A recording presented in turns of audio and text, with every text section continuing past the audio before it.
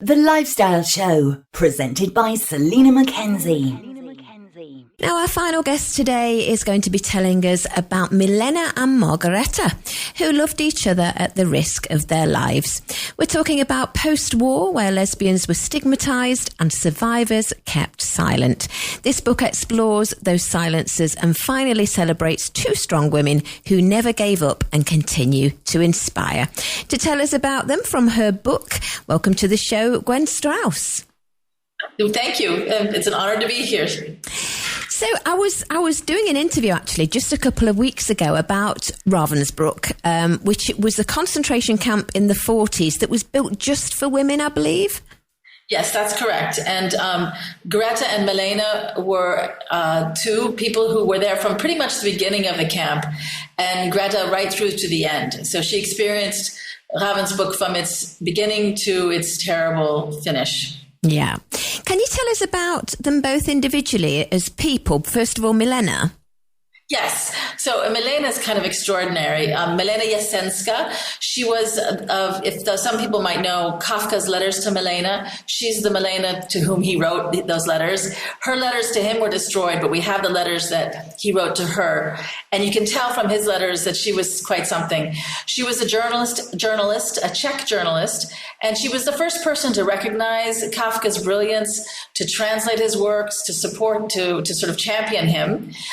They had a year or so of sort of an epistolary love affair. They met only twice, but because Kafka was the way he was, complicated and so on, they ended up breaking off, but they remained friends. And she was probably at his bedside at his death, and she wrote his obituary.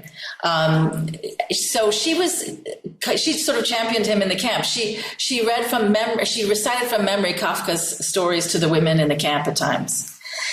And she had been, at the start of the war in Prague, she was an incredible resistance person fighting to save, and she did save many lives, many Jews and others. She helped them escape Prague, and she sort of had a kind of a Cassandra-like clairvoyance before the war about what was coming and what was going to happen. And you can see them in her journal, in her articles that she wrote for the newspaper. Then she met in Ravensbrück. When she arrived, there was Margarete Neumann, who was already there. And Margarete, or Greta, as she was called, was a German communist, had become very swept up in the Bolshevik revolution, was partnered with Heinz Neumann, who was the head of the German Communist Party. They were called back to Moscow by Stalin, and of course, as so many were, caught up in the purges, and he was executed, and Margarete was sent to the gulags. She spent 2 years in a Russian gulag before Stalin traded her to Hitler, and then she spent 5 years in Ravensbrück. So she's someone who really understood the concentration camp world of fascism and dictatorship of the last century. Because Margarete, she was actually married, wasn't she? She was married to That's right. Son of Martin Buber?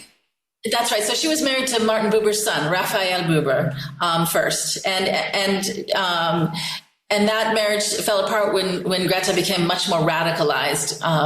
She became sort of enthralled in more violent revolution, whereas Martin and his son Raphael were, I think, more socialist, sort of more pacifist. Martin Buber very famously wrote I and Thou, but he also fought before the beginning of the First World War. He spoke against the war and tried to get a sort of general strike so that no soldiers would sign up to go fight in the First World War. So he was more of that kind of person, whereas Greta became really, in that period between the two wars in Germany in the 1930s, there was a lot of tumult and a lot of, there was the end of the empire, there was the beginning of a republic, there was all these fights and strikes and riots, and she got swept up into that. And I think she was really charmed by Heinz Neumann, who was the head of the German Communist Party. And how old were they both when they were in Ravensbrück? Well, they both were in their middle ages. For the time, they were older, and by our standards, not so old, but by the standards of the time, they were both in their 40s. And Milena had a daughter. Milena had already been married twice and divorced twice, and she'd had many lovers, including women. As I said, Greta had already had this whole experience in the Russian Gulag. So they had pretty, when they arrived in the camp, they had pretty, a lot of life experience already. They weren't like the young resistance fighters that I wrote about in my first book, who were all in their 20s. And I would say that when they arrived in the camp, they had the good fortune, both of them, of being completely fluent in German. Obviously, Greta was fluent in German. It was her mother tongue, but Milena was as well, and well educated. And so they were able to enter the sort of political, and they were political prisoners. So they entered that into some of the roles in the camp that were privileged roles. They were, Milena was put to work in the infirmary as a secretary, which was a good place to be. It was indoors. It was, because it was near the Nazi doctors, you had to stay clean, so you were allowed baths, etc. And Greta was given a job overseeing some of the prisoners. So they both had, in a way, privileged positions, and that meant they had a slightly better chance of survival than many women. Yeah, it saddens me. I was hoping they were really young so they could still be around now, but I'm guessing they're not. Yeah, no, they didn't survive. No, but did they survive Ravensbrück? Did they escape? Oh, I'm sorry. Yeah, so Greta did. Greta survived Ravensbrück, and she went on to write a book about Milena called Milena. And in that book, she says, "I'm so glad I was sent to Ravensbrück because there I met Milena." Which says at what point the strength of her feelings. She also says at a point that Milena was the content of her life. It's a beautiful book. It's kind of a love. It's like a long love letter to Milena. And how long were they there? How long were they together?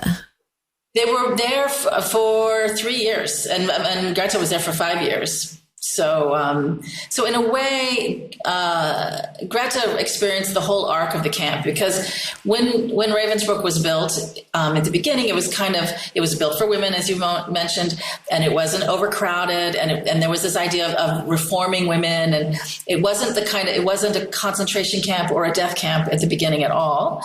It had much better survival rates than some of the other camps,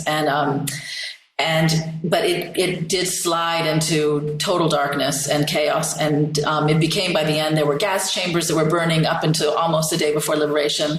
It was one of the last camps to be liberated. It became a death camp by the end of the war.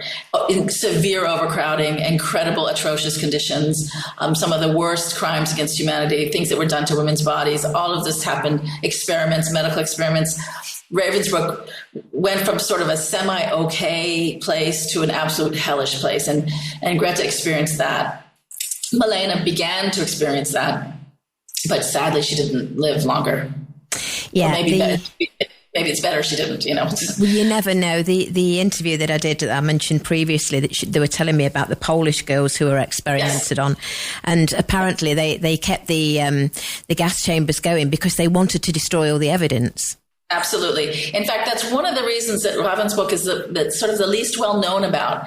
The Nazis, even when it was happening, were very conscious that there could be public outcry if people knew that this was happening to women in German camps, on German soil. And so from the very beginning, they made every effort to hide what was happening in Ravensbrück and to destroy the records.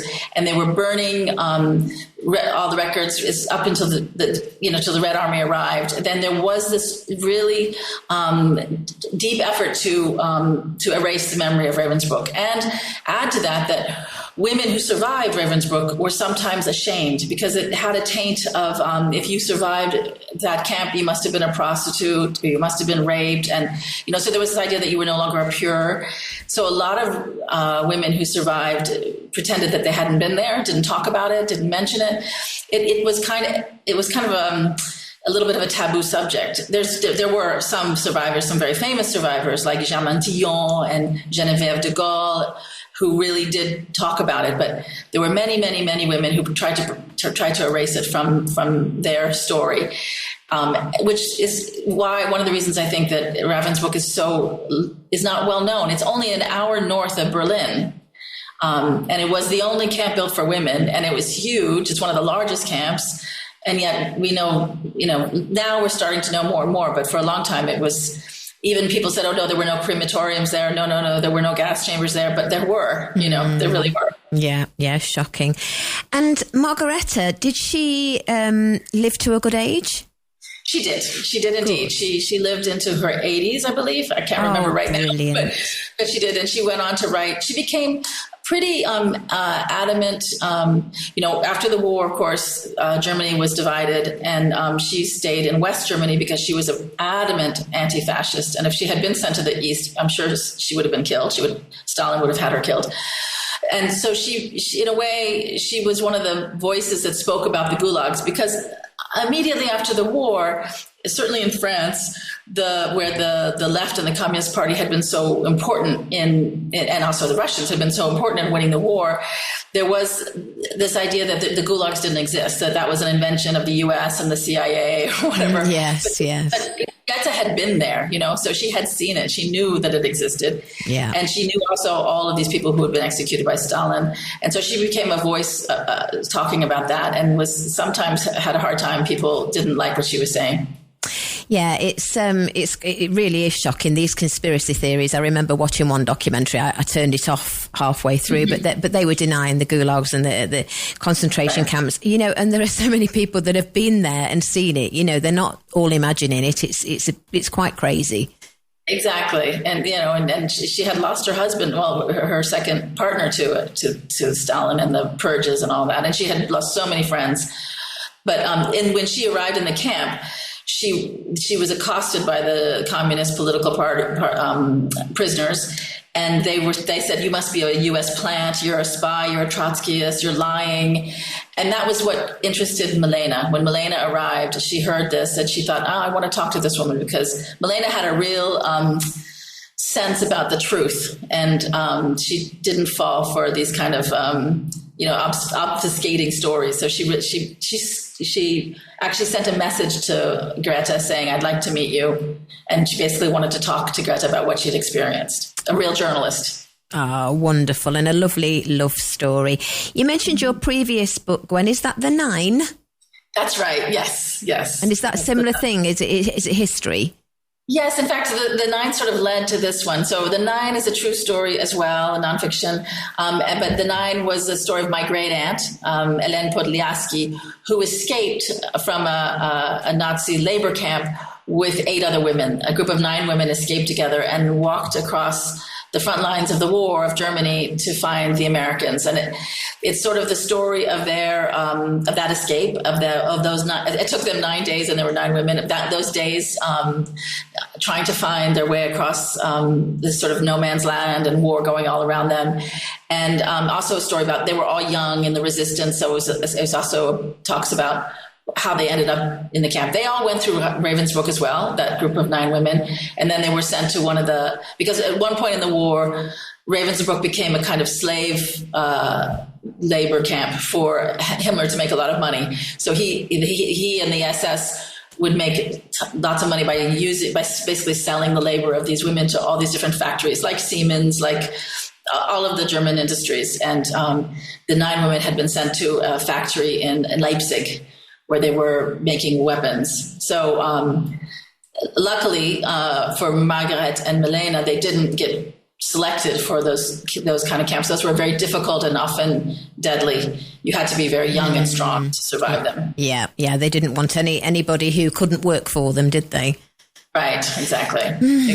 It's a hard one. Well, if our listeners want to find out more about Milena and Margarete, we're selling it now on our website. It's called A Love Story in Ravensbrück, the Nazis' concentration camp for women, and it's by Gwen Strauss, who we're speaking to now. Gwen, do you have a website as well if people want to find out more? I do indeed. GwenStrauss.com. I think it's simple as that. Simple as that. It might be. Yeah, I think that's it. I think it's GwenStrauss.com. I should know this kind of thing. I can tell you it is, because I've got it here. I just wanted to hear you say it. Okay. Bless you. Well, thank you so much for joining us and telling us their story. Thank you for your interest, and thank you for speaking with me. It's been a real pleasure. It's been a pleasure for me. Thanks for now. Bye-bye. Bye-bye. TRE Talk Radio Europe.